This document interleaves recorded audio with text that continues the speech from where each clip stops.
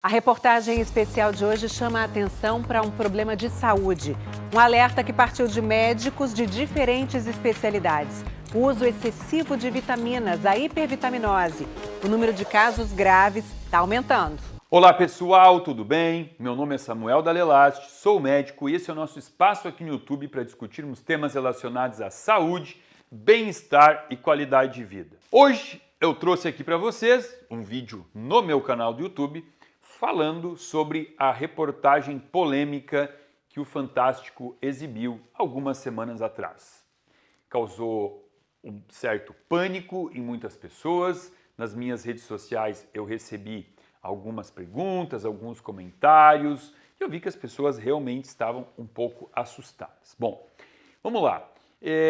Eu já trabalho nessa área da medicina, onde o meu olhar é muito voltado para prescrições de elementos naturais, sejam vitaminas, minerais, aminoácidos, ácidos graxos, há pelo menos aí uns 16 anos, vai?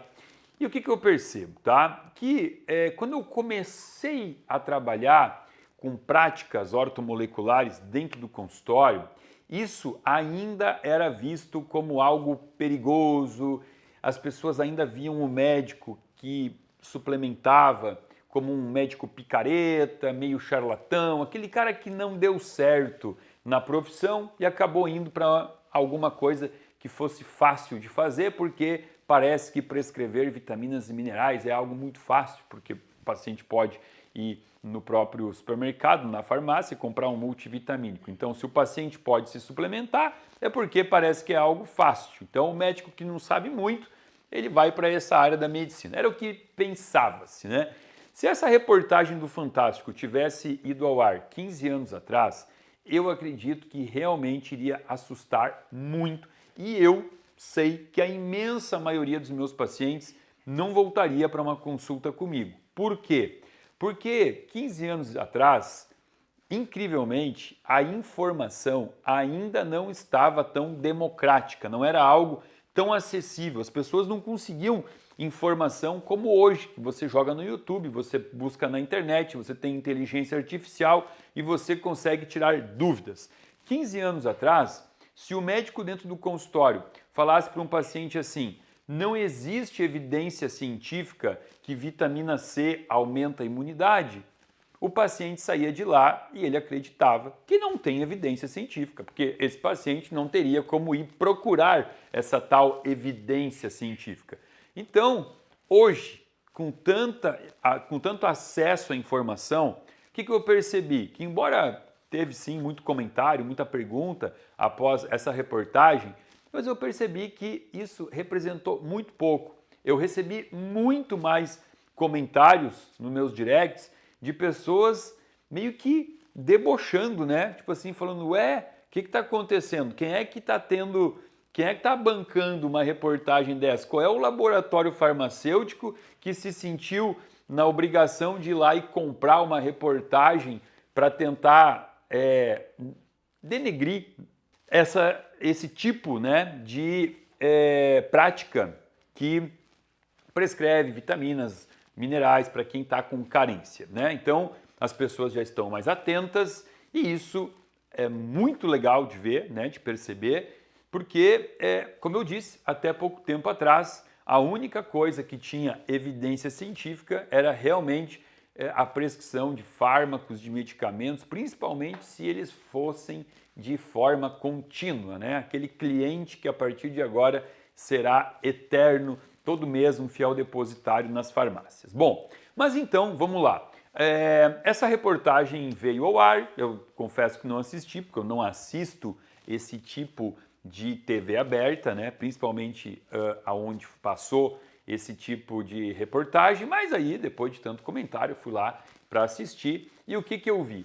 Eu vi que existiu aí uma certa manipulação de muitas informações e eu vou trazer alguns pontos, parte a parte, trecho a trecho aqui, para a gente entender sobre isso, ok? Vitamina D, precisa de vitamina E, precisa de vitamina Inclusive, eu B12. nem sei o efeito que a vitamina C faz, eu que gostaria de saber, é A gente interessante. sabe que para usar a D3 é importante ter a K2 e o magnésio junto para que ela funcione no nosso corpo. Tá esperto.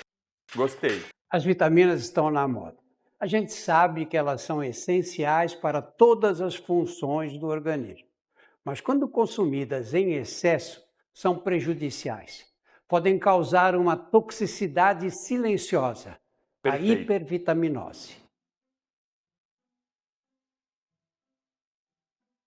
Hipervitaminose é uma condição em que o organismo ele recebe uma quantidade de vitaminas acima da sua necessidade. E essa vitamina vai se acumulando e ela pode gerar lesões em órgãos e sistemas.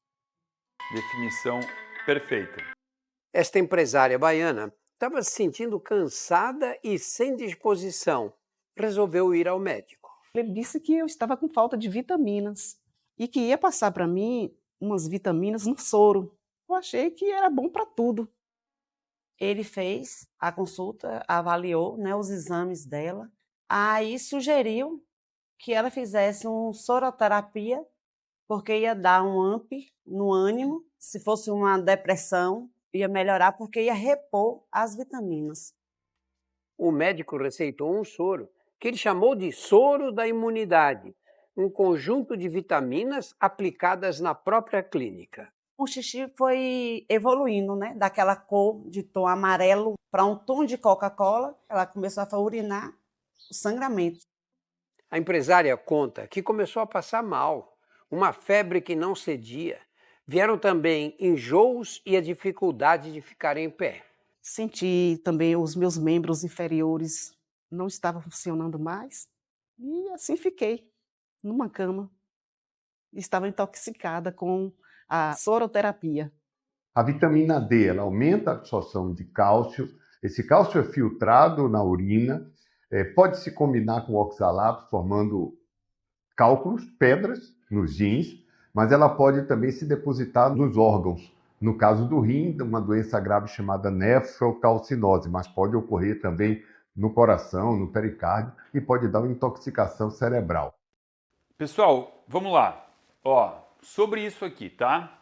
Esse relato. Primeiro, obviamente ficou claro que essa paciente, ela procurou um médico com um discurso um pouco questionável, tá? Por quê? Olha o que ela disse. Segundo ela, né? Obviamente eu não participei dessa consulta, mas o médico disse que ela estava com uma depressão e que fazendo um soro com vitaminas iria melhorar a sua depressão, tá?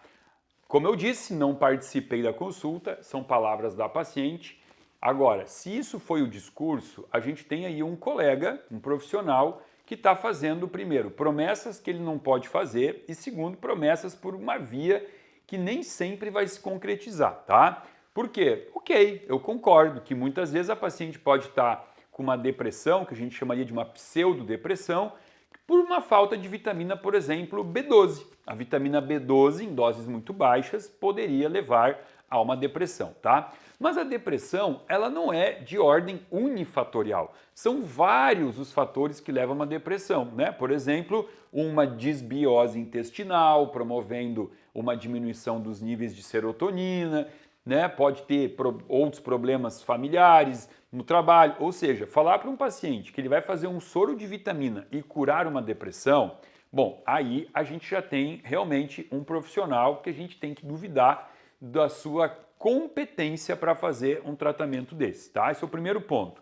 Segundo ponto, que aí eu estou tentando entender a reportagem, né? Não está tão claro, mas o que está dizendo aí? Que ela foi conduzida a fazer uma soroterapia, ela teve então uma alteração da cor do xixi, ela teve um processo infeccioso, porque ela teve febre, e o médico que está colaborando aqui na reportagem, ele traz então na sequência uma informação pertinente sobre o excesso de vitamina D3, como se o que ele estivesse dizendo é que essa paciente tivesse feito um soro na clínica de vitamina D3. Tá, vamos entender. As vitaminas elas são divididas em dois grupos, hidrossolúveis e lipossolúveis, tá? Vitaminas lipossolúveis, que basicamente é o grupo ADEK, A, D, E e K, quando nós fizemos esse tipo de vitamina em via injetável ou endovenosa, ela sempre vem oleosa. A vitamina D é uma vitamina oleosa, ou seja, nenhum médico em sã consciência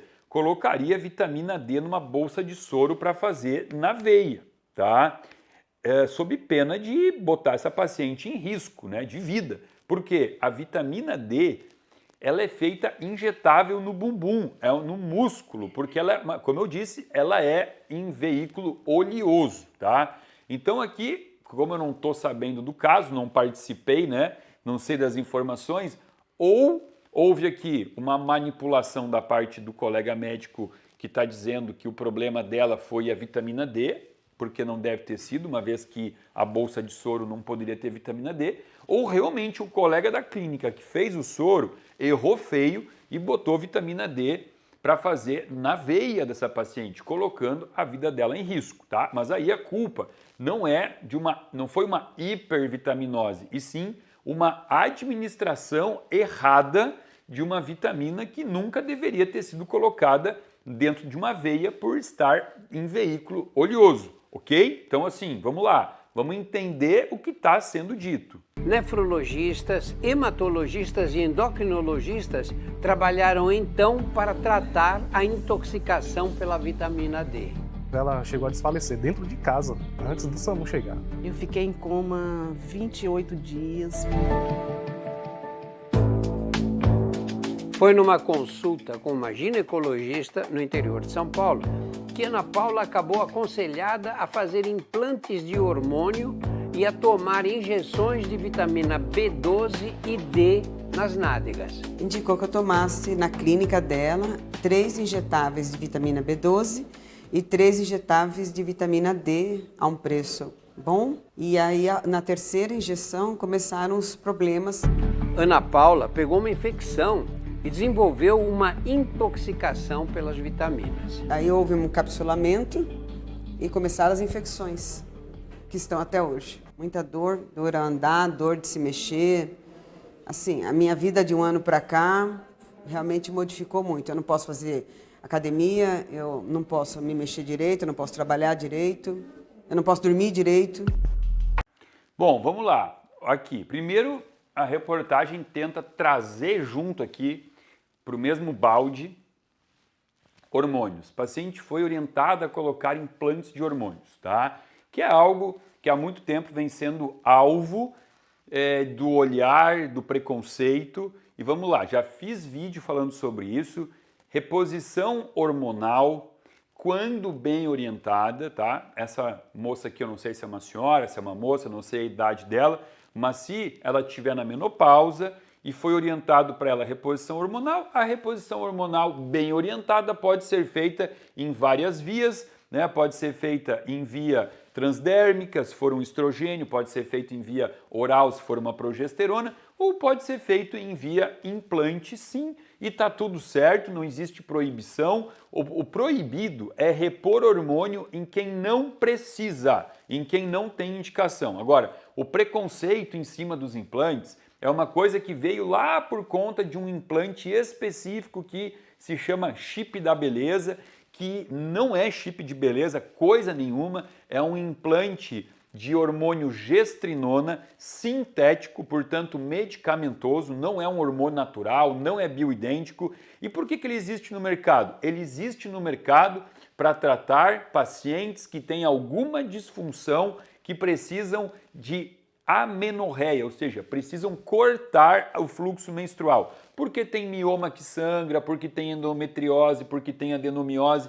Então esse implante tem uma indicação precisa, que é tratar esse tipo de paciente, mas ele vulgarmente caiu nas graças aí de médicos realmente que não têm meu respeito e que vendem isso como um chip da beleza, ou seja, botar um hormônio sintético numa mulher para ela melhorar a sua estética, tá? Eu não aprovo isso, aliás, o Conselho Federal de Medicina não aprova isso, e por conta desses colegas médicos que insistem em burlar esse tipo de conduta ética é que reportagem como essa do Fantástico tenta trazer implantes hormonais como algo errado, tá? Agora, aí depois veio a indicação de vitamina B12 e vitamina D3 injetável, tá vendo? Agora aqui a gente está falando realmente de uma vitamina D que foi bem indicada no aspecto a via de aplicação, que é a via intramuscular, foi bem indicada. Se foi bem indicado para ela,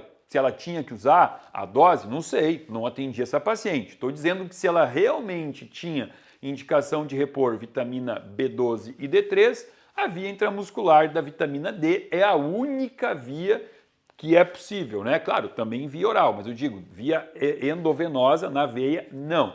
Aí onde é que está a manipulação aqui dessa reportagem? Olha o que disse, que ela fez uma infecção e uma hipervitaminose. Peraí, o que tem a ver uma coisa com a outra? O que tem a ver a infecção, que ficou claro aqui que ela teve, né? Fez uma inflamação e possivelmente com presença de germe, e aí já jogaram o problema para dizer que foi muita vitamina. Muita vitamina não faz infecção ou inflamação. O que faz infecção ou inflamação na picadinha é má higiene. É o profissional que está fazendo a aplicação e que não soube fazer a higiene correta, não fez a asepsia com alquinho, ou na hora de abrir a seringa, manipular ali, fazer a aspiração, não teve o cuidado.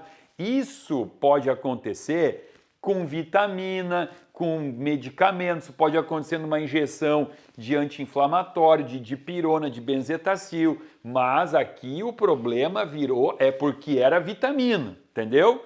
A paciente fez uma infecção, está até hoje caminhando com dor, limitando ela. Gente, isso pode acontecer com qualquer tipo de medicamento injetável, isso não é uma exclusividade de vitamina, isso infelizmente faz parte dos riscos que um paciente corre ao ser submetido a uma aplicação de qualquer fármaco ou de qualquer vitamina. Não estou dizendo que a gente tem que dizer que não, ok, então não devemos procurar essa clínica que fez a injeção e avaliar as práticas de conduta, higiene. Eu acho que sim, é o mínimo que tem que ser feito. Agora, dizer que isso tudo aconteceu porque ela fez vitaminas, tá aí mais um aspecto de manipulação.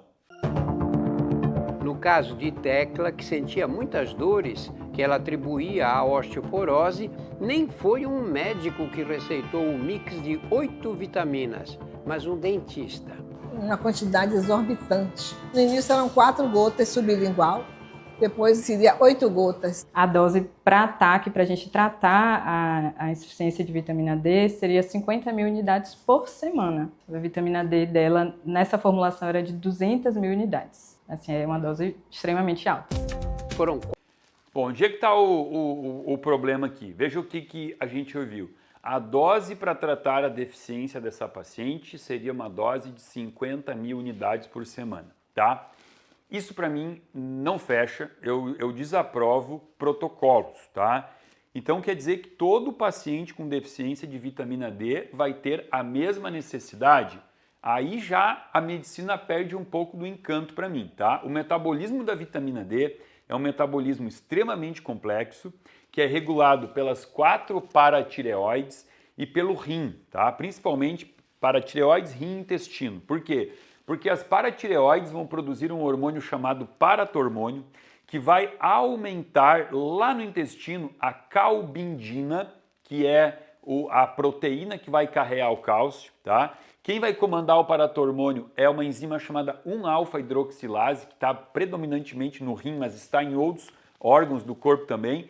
Então, isso tudo faz com que haja um mecanismo de individualidade que nenhum ser humano vai ter a mesma dose de vitamina, necessidade de dose de vitamina que o outro, tá? Então aqui eu já não gostei, não desmerecendo a parte do dentista, né? Porque o dentista ele mexe muito com a parte óssea, ele tem que fazer implantes aqui, tá? Então ele tem que saber manipular muito bem, tem que entender o metabolismo ósseo, mas aqui a gente tem um certo, vamos dizer assim, consenso, né, de que essa parte do metabolismo, de vitaminas e tal, o médico faz isso, né?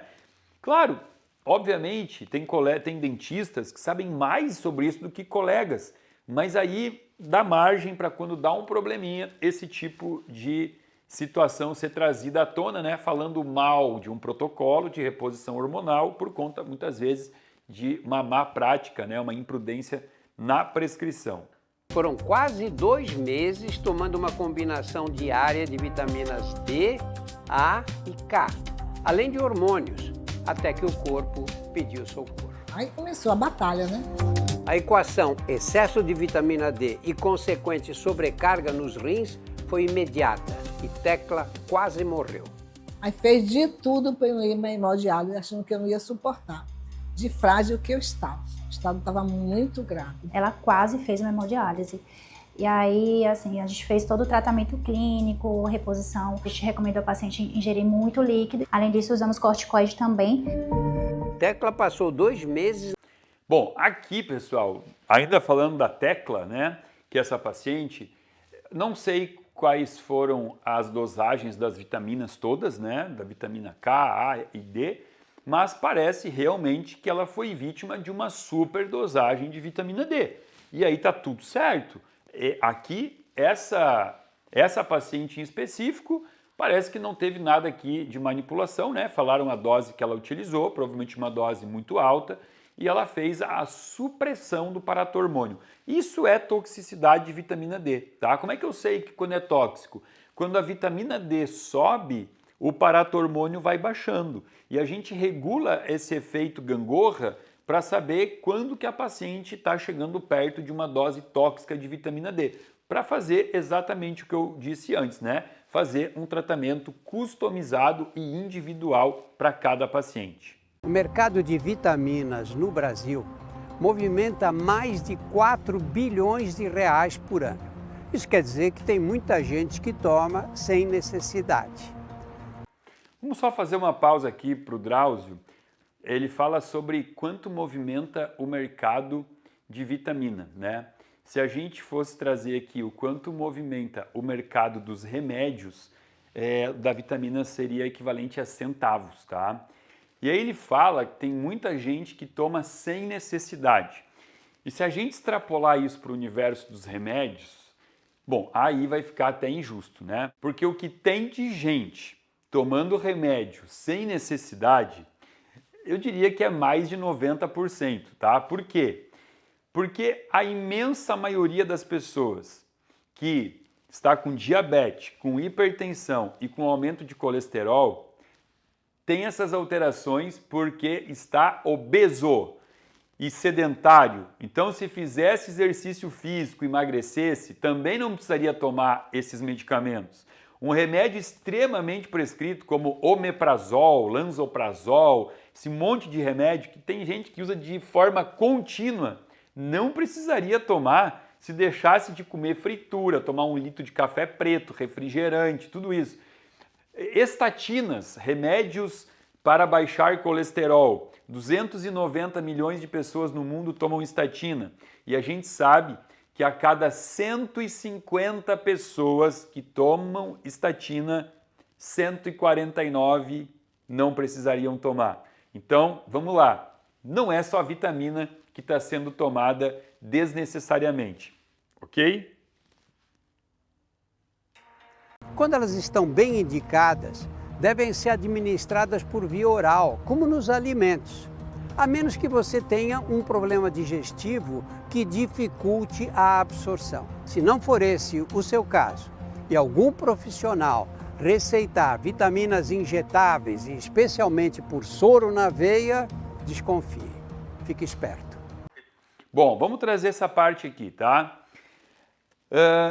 Dizer que a vitamina deve ser administrada via oral, parece que é proibido administrar ela via endovenosa ou via injetável. E não é, tá?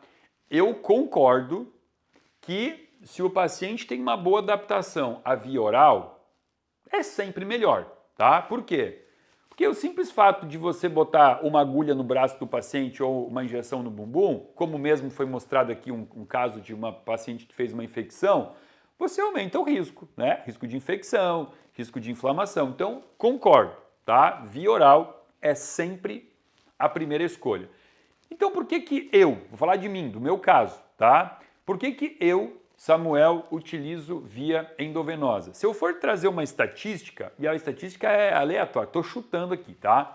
Eu acredito que eu tenho menos de 5% dos meus pacientes, e talvez bem menos de 5%, que fazem reposições endovenosas ou intramusculares, tá?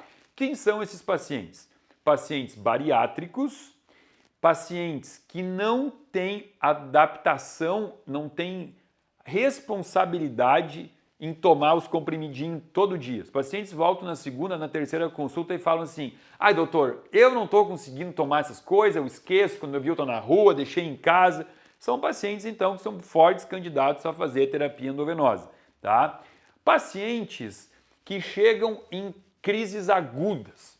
O paciente chegou com deficiências agudas, né? Por exemplo, chegou com uma deficiência de vitamina do complexo B, deficiência de vitamina D. É sempre interessante para esse paciente você corrigir a deficiência aguda usando uma forma endovenosa ou uma forma intramuscular, para depois você substituir pela manutenção em comprimidos ou outras formas que não sejam endovenosas, tá? Então, esses são os pacientes que eu elejo para suplementar. Os que não absorvem, os que chegam aqui em estado mais crítico e os pacientes que não têm adaptação porque esquecem de tomar as vitaminas. Um outro exemplo de abuso de vitaminas, chamado Protocolo Super Bebê, ganhou popularidade nas redes sociais. Ele propõe administrar vitaminas e aminoácidos para mulheres grávidas, sob a alegação de aumentar o QI e melhorar a imunidade do bebê. Isso não tem nenhuma evidência científica e pode ter riscos para a mãe e para a criança. Então, esse protocolo de Super Bebê, ele aumenta o QI. Isso que o Dr. Drauzio trouxe aqui é uma verdade no que tange a promessa de que repor aminoácidos e vitaminas melhora, faz a criança nascer com um QI maior e com uma imunidade melhor, tá? Isso parece um apelo de marketing e com o nome, né, Protocolo Super Bebê, eu confesso que não simpatizo e não comungo desse tipo de apelo, tá? O que a gente sabe que tem evidência científica em relação ao QI do bebê é fazer com que a mãe tenha uma tireoide muito afinada, tá? Aquela coisa de analisar exame da tireoide da mãe e aceitar simplesmente os valores de referência de TSH, de T4 e de T3, e se ela estiver dentro do valor de referência tá tudo certo, isso é perigoso. A gente tem que buscar uma tireoide para a mamãe que esteja não só dentro do valor de referência, mas dentro dos valores ótimos. Quanto melhor a tireoide da mãe, melhor o QI desse bebê. Isso sim, nós temos evidência científica.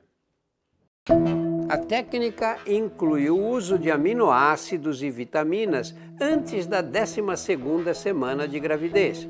Já a Organização Mundial da Saúde e o Ministério da Saúde recomendam apenas a suplementação de ácido fólico e de ferro durante a gravidez. Como a informação hoje... Bom, aí o seguinte, dizer que o Ministério da Saúde recomenda apenas ferro e ácido fólico não significa que o resto não é importante. Significa que isso é o mínimo que eu tenho que olhar para uma mamãe, para uma gestante, tá? Por quê? Porque a gente sabe que a falta do folato, não é nem o ácido fólico, é a falta do folato, traz alguns problemas de fechamento de tubo neural e a gente sabe que a anemia, né, a falta de ferro, é uma condição que pode levar, inclusive, ao aborto. Mas aí, dizer e afirmar que isso é a única coisa importante, poxa, perigoso, né? Por quê? Porque a gente sabe que existem várias outras possíveis deficiências que uma mulher que vive no mundo de hoje, à mercê de contaminante ambiental, de disruptor endócrino, de desbiose intestinal, né? Por exemplo, pode ter sido até uma gestante que fez bariátrica. Enfim, eu afirmo que é muito importante cuidar da suplementação de uma mãe, tá? Mas, ao mesmo tempo, trazendo a verdade, a realidade para essa mãe e não fazendo promessas, chamando de protocolo super bebê e dizendo que se ela fizer suplementações, ela vai ter um bebê que vai ter uma inteligência acima da média, ok? Em que casos a suplementação com vitaminas é recomendada? Quando se tem alguma deficiência específica. Por exemplo, os pacientes de cirurgia bariátrica. Agora, suplementação sem orientação médica ou suplementação por um profissional não gabaritado acaba colocando esses pacientes em risco. Um dia, do nada, esta empresária paulista decidiu tomar por conta própria comprimidos e gotas de vitamina D. Queria ficar mais disposta. Eu achava que quanto mais eu ia ficar melhor. Mas Andréa se intoxicou. Agora ela se trata com um especialista em nutrição para manter a vitamina D no índice normal. O doutor tirou alimentos, tudo que eu tenho derivado de leite, cálcio, tirou as vitaminas D. É importante lembrar que toda vitamina que o nosso organismo precisa pode ser encontrada nos alimentos.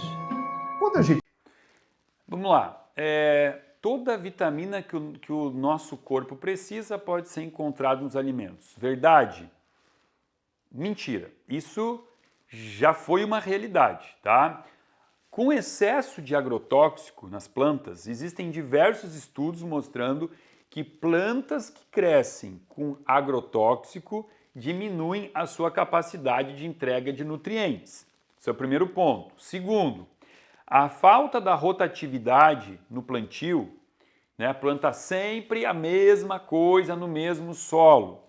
Eu sei que existe um cuidado por conta dos agrônomos de fazer a reposição, enfim, mas isso não substitui, isso não é a mesma coisa de fazer rotatividade, tá? E outra, quando a gente analisa o carrinho de supermercado das pessoas, você entende que ali 80% ou mais do que elas comem não são alimentos, e sim produtos alimentícios. E aí você vai falar, mas o produto alimentício ele é enriquecido em vitaminas. Se você pegar a farinha de trigo, ela tem ácido fólico e tem ferro. Entenda, esse tipo de elemento que é usado para enriquecer um produto alimentício, ele é o pior elemento possível, ou seja, de uma dificuldade de ser absorvido muito grande. Então isso não conta como uma opção de reposição, tá? Então a verdade é que a alimentação que nós temos acesso hoje, ela pode não ser o suficiente para garantir os bons níveis de vitaminas que o nosso corpo precisa. Algumas vitaminas, sim, algumas dificilmente terão escassez. Por exemplo, piridoxina, que é a vitamina B6, é abundante, tem na banana, né? Muitas vitaminas. Eu tenho zinco nas nozes, eu posso ter o selênio na castanha do Pará? Posso, mas mesmo assim a gente sabe que o Pará já não entrega não entrega mais a mesma quantidade de selênio. Mas tem outros elementos que começam a ficar escassos na alimentação atual, tá? E a menina que procurou o médico porque por conta própria ela foi suplementar algumas gotinhas de vitamina D e ela teve uma intoxicação, a gente tem que analisar, né? Óbvio, jamais um paciente deve comprar uma vitamina e tomar por conta. Vitaminas não são banais. Vitaminas levam informações para as células, então eu recomendo que ninguém faça isso. Uma pessoa que porventura possa ter um hiperparatireoidismo, né, que é excesso da atividade das paratireoides, seja primário, secundário, né, seja porque tem um adenoma, que é um tumorzinho benigno na paratireoide, ou seja porque tem uma insuficiência renal, não importa, se ela tiver um hiperparatireoidismo e for suplementar a vitamina D por conta, mesmo em dose baixa vai dar problema. E aí vai vir uma reportagem e vai dizer que vitaminas matam. Então não faz isso sozinho e muito menos faça isso com um médico que não tenha conhecimento sobre vitaminas, ok? Fala em suplementar, significa tomar aquilo que a gente não está tendo a possibilidade de ingerir. Mas isso é muito difícil, porque a gente tem essas fontes disponíveis na nossa alimentação. Vitamina é bom para isso, para aquilo, acha, né? Mas não é assim, a coisa não funciona dessa forma. Não funciona. Porque pode matar, né? Pode. Foi o meu caso. Por pouco eu não fui a óbito. Com a alimentação moderna deficitária, principalmente nos grandes centros, há necessidade de suplementação alimentar. Pessoas aparecendo com problemas por falta do consumo de vitaminas. Agora, não vamos resolver isso de uma forma indiscriminada através de altas doses de consumo. Ou seja, o caminho do meio é sempre o melhor. Bom, pessoal, então assim, ó, além de tudo que eu trouxe aqui argumentando, vamos lá. Existem algumas coisas que a gente tem que considerar, que a fala aqui dos colegas médicos disse o seguinte, que vitamina ela só pode ser reposta quando está faltando, tá? Muita coisa sim, mas a gente tem evidências de que vitaminas podem ter efeitos fora do padrão de vitamina. O que eu quero dizer com isso? A gente sabe, por exemplo, que existe um protocolo chamado protocolo Coimbra, que utiliza a vitamina D como imunomodulador, como anti-inflamatório, principalmente para doenças autoimunes, tá? Dr. Cícero Coimbra, que já foi premiado fora do Brasil em vários congressos, porque ele estudou uma forma de utilizar a vitamina D para certos casos específicos em doses extremamente aumentadas. Então, aí a vitamina D deixa de ter um efeito de vitamina, passa a ter um efeito anti-inflamatório. A vitamina C, ela também já foi estudada, divulgada e publicada como um poderoso imunomodulador utilizado em casos de imunossupressão, tá? Mas aí em doses altas, e como existe uma limitação da absorção de vitamina C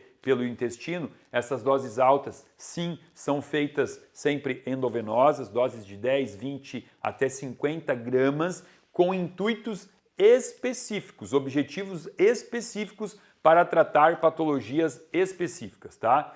Agora, o que me causa um pouco de espanto e que realmente eu discordo é essa questão de que o padrão de prescrição de vitamina, ele não é individualizado, ele é feito em forma de protocolo e mais do que isso, remédios também, né? O remédio também.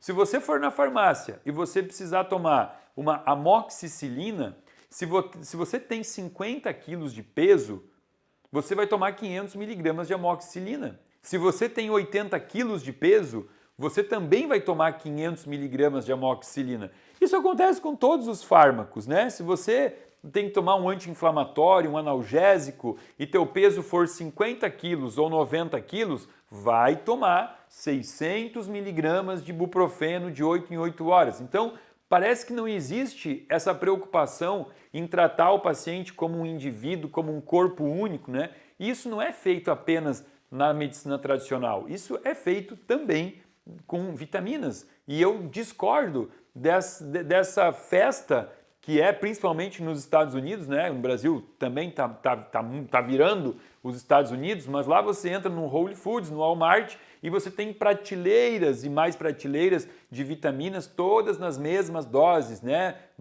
O selênio é 100 microgramas ou 200 microgramas, tem duas opções, né? Você tem vitamina C de 500 miligramas ou 1000 miligramas, tudo é padronizado, né? E as pessoas vão lá e fazem o self-service, levam para casa, tomam. Discordo disso. Eu acredito que todo paciente tem que receber um atendimento individualizado, uma prescrição individualizada, suplementar primordialmente via oral, quando não puder ser, a via endovenosa é fantástica, a via intramuscular também, assim como a gente faz com remédio. Quando o paciente está com uma dor de cabeça muito grande e a gente não consegue acalmar com uma dipirona via oral, a gente faz uma dipirona na veia. Quando o paciente está vomitando, está enjoado e o Vonal, o Plasil não serviu via oral, a gente faz na veia. Por quê? Porque a via endovenosa e a via intramuscular, obviamente, são melhores opções, porque já garante que a substância estará no sangue. Independe da digestão, independe da absorção, mas, como eu disse, casos específicos, primordialmente via oral, e vamos deixar de ter medo de vitamina. Agora, eu espero que você, depois desse vídeo aqui, desenvolva medo, fobia e pavor de tentar fazer a autossuplementação. procure um médico capacitado que estude sobre isso, tá? E agora, antes de finalizar o vídeo, eu vou trazer aqui para vocês apenas uma pequena reflexão para que fique até claro e entender um pouco desse movimento do terrorismo que acontece muito na televisão. E vou trazer aqui, ó, uma matéria do Fantástico. Vamos ver a data aqui, ó. Uma matéria que foi ao ar no dia 13 de agosto de 2023, tá? Olha aqui, ó. Conheça os possíveis riscos da ozonioterapia. Em agosto de 2023, a ozonioterapia foi trazida em uma reportagem no mesmo programa de televisão, causando um terrorismo. Quase assim, ó. Se você fizer ozonioterapia, você vai morrer. Ou se algum profissional indicou ozonioterapia para você, este profissional é um picareta. E agora, 2 semanas, 3 semanas atrás, a gente tem uma resolução do Conselho Federal de Medicina trazendo a ozonioterapia como mais uma ferramenta de cura possível de ser usada por médicos para alguns casos específicos de patologia. Ou seja, em 2023, você podia matar o paciente, a ozonioterapia era algo prescrito por pessoas que não sabiam o que estava falando. Mesmo com a doutora Maria Emília, uma fiel militante da ozonioterapia, já tendo publicado vários artigos mostrando os benefícios da ozonioterapia, mas todo o trabalho dela foi colocado no lixo e foi feita uma reportagem falando mal da ozonioterapia, né? E agora o Conselho Federal de Medicina reconhecendo essa como uma prática importante e coadjuvante em tratamento de muitas doenças. Então, dito isso, agora eu deixo para você pensar, refletir e entender um pouquinho de como funciona a história dentro da medicina. Ora, alguma coisa é demonizada, algum tempo depois é enaltecida, e aí, você lá atrás ficou com medo, de repente julgou, criticou quem te prescreveu esse tratamento e agora descobre que o Conselho Federal de Medicina está indicando, está dizendo que você poderia, deveria continuar o seu tratamento por benefícios reconhecidos pela ciência. Bom, se você gostou desse vídeo, dá um like, compartilha com os amigos, coloca no grupo de WhatsApp da família. Deve ter alguém lá que está com medo, desde que assistiu essa reportagem, parou de tomar lá talvez o seu composto mineral para tratamento de osteoporose prescrito pelo médico, ou uma vitamina C que estava tomando para dar suporte imunológico, tomando cranberry para melhorar a infecção urinária, várias coisas que a gente sabe que funcionam, mas muitas pessoas devem ter parado de tomar por medo da reportagem trazida com esse tom sensacionalista. Se você não está inscrito no meu canal, se inscreva, aciona o sininho para receber alerta de novas mensagens toda semana sobre saúde aqui para você. Abaixo desse vídeo tem um link que você pode acessar, se inscrever e passar a fazer parte de um grupo VIP de pessoas que recebe conteúdo gratuito, exclusivo aqui do meu canal. Lembrando que se inscrevendo nesse link, você também será convidado a participar da Jornada do Renascimento, que irá acontecer agora, no começo do mês de novembro de 2025, uma jornada onde eu vou convidar somente os meus seguidores mais fiéis aqui a participarem comigo desse momento incrível que eu organizo uma vez por ano para dar muito conhecimento, muita informação, para que a gente possa começar o ano de 2026 munido de conteúdo para mudança de hábito de vida e garantir assim uma vida com muito mais saúde. Se inscreve aí e vem participar comigo da Jornada do Renascimento. Fica aqui o meu muito obrigado.